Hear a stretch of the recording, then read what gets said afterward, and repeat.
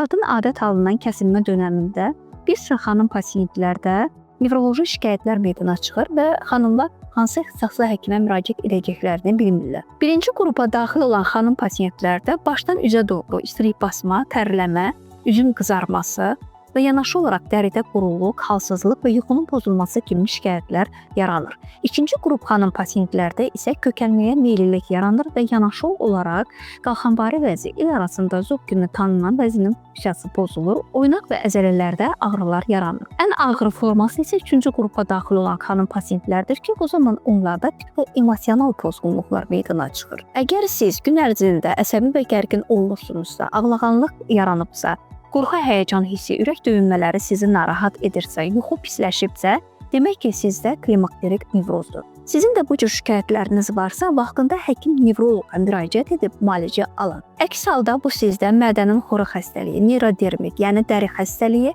ən ağır hallarda isə şəxsiyyətin patoloji pozğunluqlarına gətirib çıxaracaqdır.